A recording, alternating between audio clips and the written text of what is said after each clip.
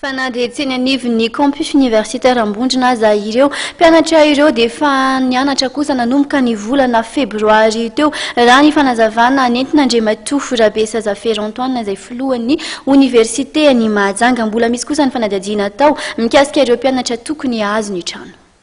Amin'izao fotoana izao dia voalohany indrindra efa roa volana izany hoe aloha lavitra nandalovany premier ministre dia efa niverina nianatra ny mpianatra. Zay dia ampahafantariko ray aman-dreny manerana ny Madagasikara ho an'ny mpianatra eto Mahajanga raha teo fa raha tamin'tika natao ny conseil consultatif tamin'ny 4 février 4-6 février teto Mahajanga dia navohitra avy eo fa ny zavatra tsy maintsy atao amin'ny fomba izay farany aingana ny fampidirana mpianatra any an-dakilasy. Efa fantatra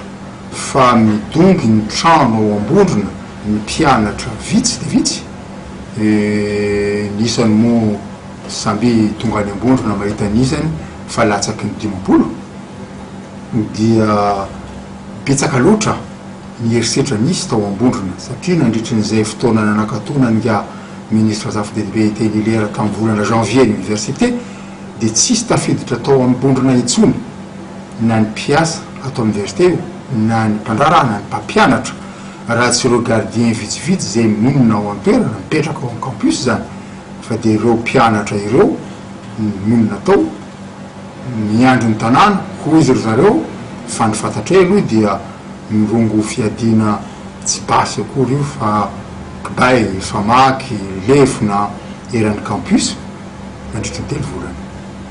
Izany hoe nandritry ny 3 volana ka io nampanahirana ny maro teto Mahajanga ohatra ny mpanao tontakely ireo mpianatra ireo tao amin'ny campus io.